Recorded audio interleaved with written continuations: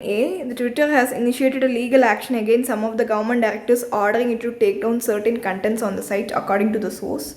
Section 69A of the IT Act 2000 allows the center to issue the blocking orders to social media intermediaries in the interest of sovereignty and integrity of India, defense of India, security of the state, friendly relation with the foreign states, or public order, or preventing the incitement of the commission of any of the cognizable offences relating to above. As per the rules govern these blocking order, any request made by government is sent to review committee, which is then issues these directions. Blocking orders issued under Section 69A are typically confidential in nature. Why has Twitter filed the lawsuit? It is learned that in its filing, Twitter has claimed that many of the blocking orders are procedurally substantially deficient under Section 69A. These includes aspects such as not giving prior notice to users before taking down content posted by them. According to another source, the company alleged that Ministry of Information and Technology has failed to demonstrate how some of the contents it wants to take down falls under the purview of Section 69A. Ministry is either overbroad and arbitrary or disproportionate. According to Twitter, some of the content flagged by the ministry may pertain to official accounts of the political parties, blocking which could be violative of the right to free speech, SO said. What were the events preceding the lawsuit? Twitter lawsuit against the ministry comes day after Ministry of Environment and Ministry of Electronics and IT had given the company one last opportunity to comply with its blocking order. In a letter issued last month, the ministry warned that if content flagged by it is not taken down, Twitter will risk losing its immunity as an intermediary. The ministry had given Twitter the time until July 4 to comply with its blocking order. Ministry of Information and Technology, a notice addressed to Twitter's chief compliance officer had said that while the designated officer of the ministry had issued the various directions for blocking the certain pieces of content and accounts under Section 69A of the IT Act. The Twitter post in India, all including foreign internet intermediaries platforms, have the right to court and judicial review. The world, including India, are moving towards social media accountable. Social media is a powerful medium. It has a lot of influence in our lives today. Its accountability is a valid question across the world. Next article is related to long-term focus. Union Commerce and Food Ministry Piyush Goyal wants state government to ensure that farmers increasing the sowing of rice, also area under wheat. Next article is Spectre in Downing Street. The resignations of Rishi Sunak and Syed Javid are likely to mark the beginning of the end for Boris Johnson's premiership. Next article is talking about legitimacy of Supreme Court. This article is all about the vibrant debate has emerged on erosion of legitimacy of SCOTUS because of its spate of recent decisions. But this question of declining legitimacy of Supreme Court is a concern for all Democrats. In Poland, for example, attempts by Law and Justice Party to undermine the Supreme Court's independence and stuff it with loyalists. The Supreme Court in Brazil regained some legitimacy when it struck down the changes framed to prosecute former President Lula by crusading Judge Moro.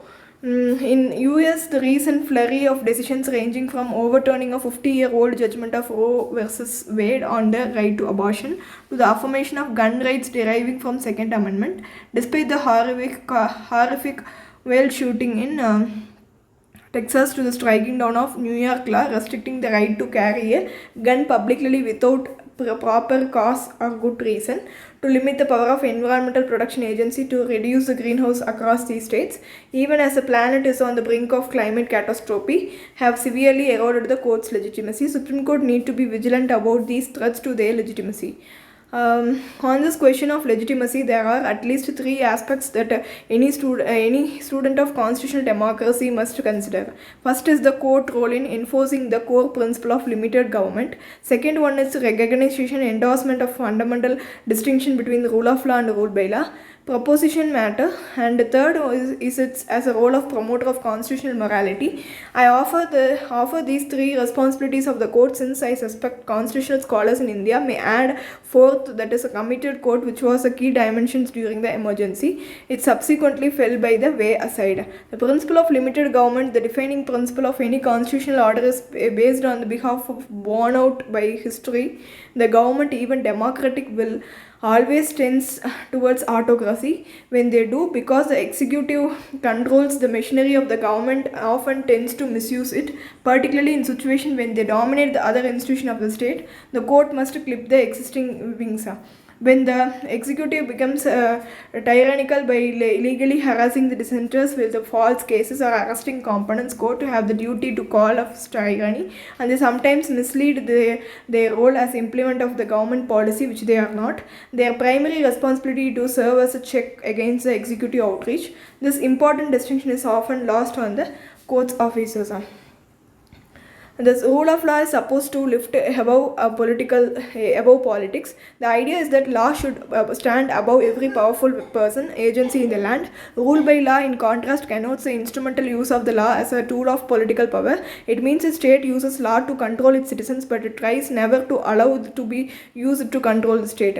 Rule by law allows the arbitrary excess of power, masquerading as a rule of law. Authoritarian regimes hide behind rule by law.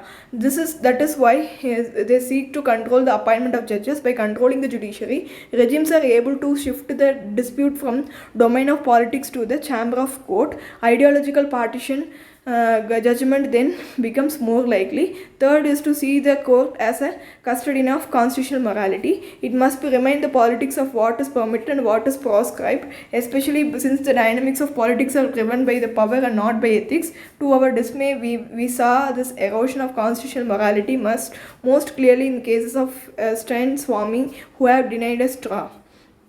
Next article that we are moving into is related to Gotabaya says Putin to help import fuel. Sri Lankan president on Wednesday said he urged Russian President Vladimir Putin to help his cash-strapped island nation import fuel as it faces its worst economic crisis in 7 decades. Short of foreign exchange because of economic mismanagement and the impact of COVID-19 crisis, Indian tourists the most from any foreign country in the first 5 months of this year. Sri Lanka must have tourism revenue if it is to emerge from this crisis. That is essential, tourism minister told reporters.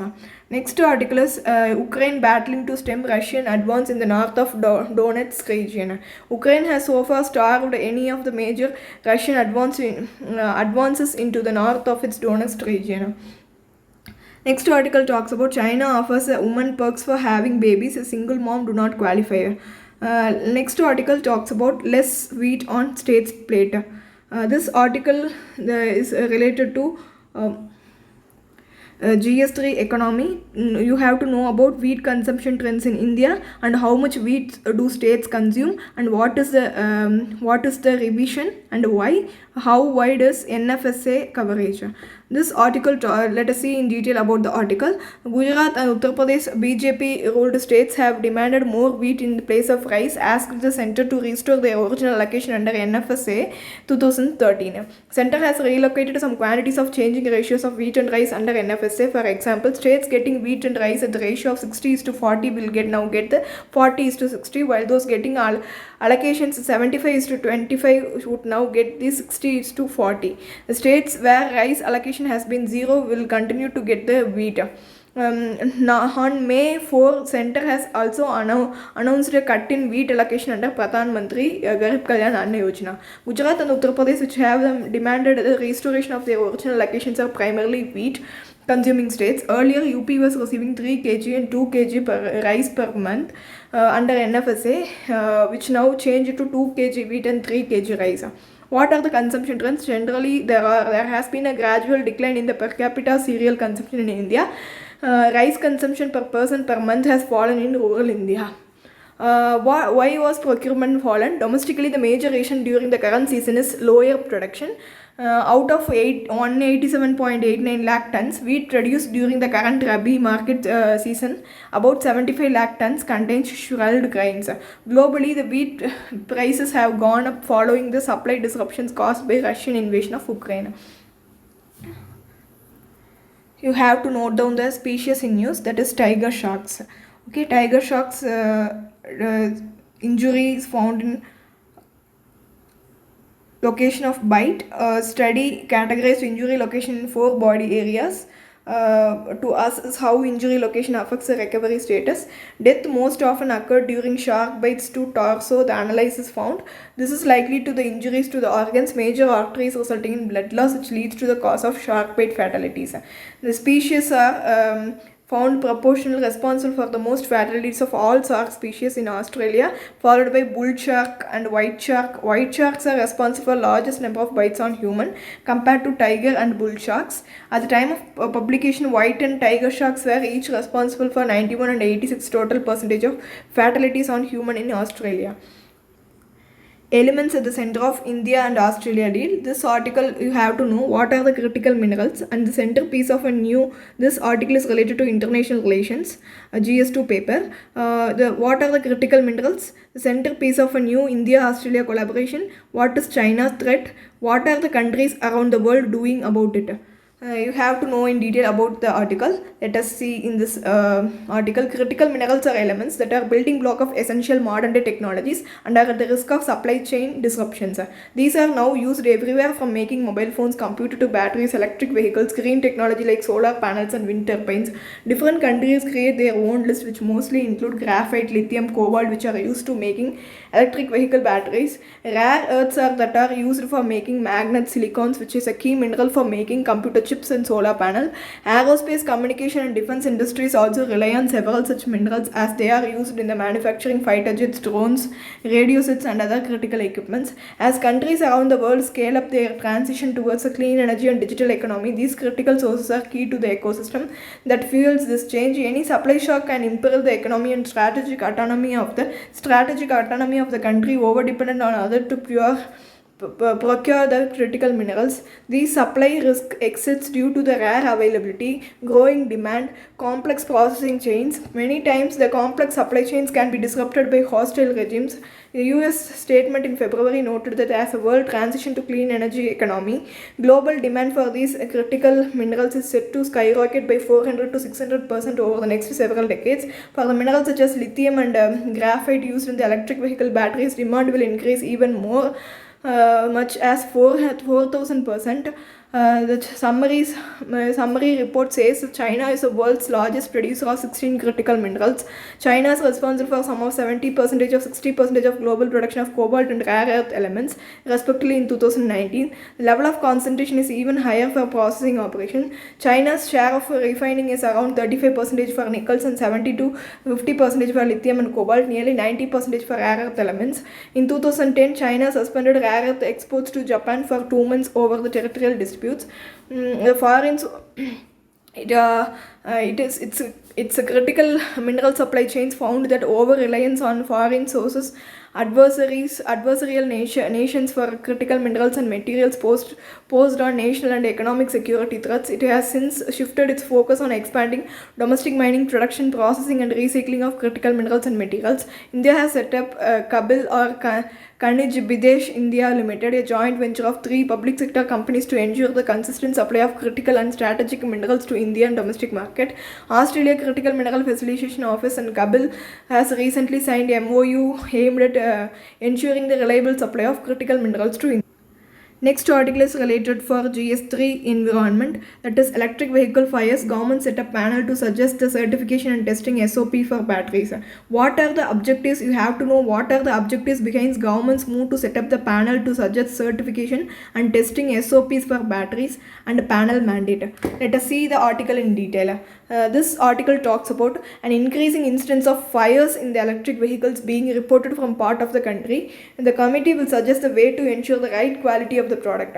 Why the need? Amid an increase in the number of consumers opting for electric two-wheelers and cars, there have been rising instances of fires being reported from part of India.